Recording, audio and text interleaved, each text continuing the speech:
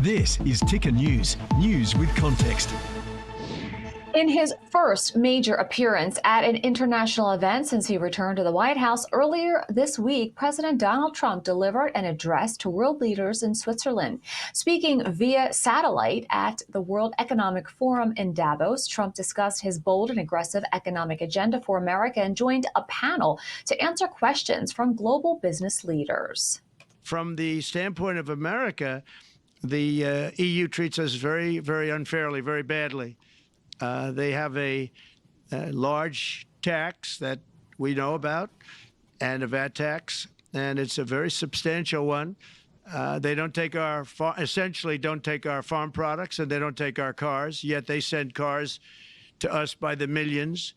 They put tariffs on things that we want to do, like, for instance, I think they actually, in terms of these are non-economic or non-monetary tariffs, and those are very bad, and they make it very difficult to bring products into Europe, and yet they expect to be selling, and they do sell their products in the United States. So we have, hundreds of billions of dollars of deficits with the EU, and nobody's happy with it, and we're going to do something about it, but nobody's happy with it. So I think the EU has to speed up their process. Friends of mine that are in some of the nations within the EU, great people, they want to be able to compete better, and you can't compete when you can't go through the approval process fast. There's no reason why it can't go faster. So, I'm trying to be constructive because I love Europe. I love the countries of Europe, but the process is a very cumbersome one, and they do treat the United States of America very, very unfairly with the VAT taxes and all of the other taxes they impose. One other, just to finish up, I got a call from the head of a major airline, one of the biggest airlines in the world, and he said, "Sir, could you help us? What? Landing in Europe is brutal.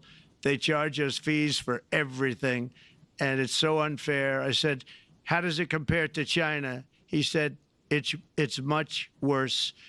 And the other thing, as you know, they took court cases with Apple, and they supposedly won a case that most people didn't think was much of a case. They won 15 or 16 billion from Apple. They won billions from Google.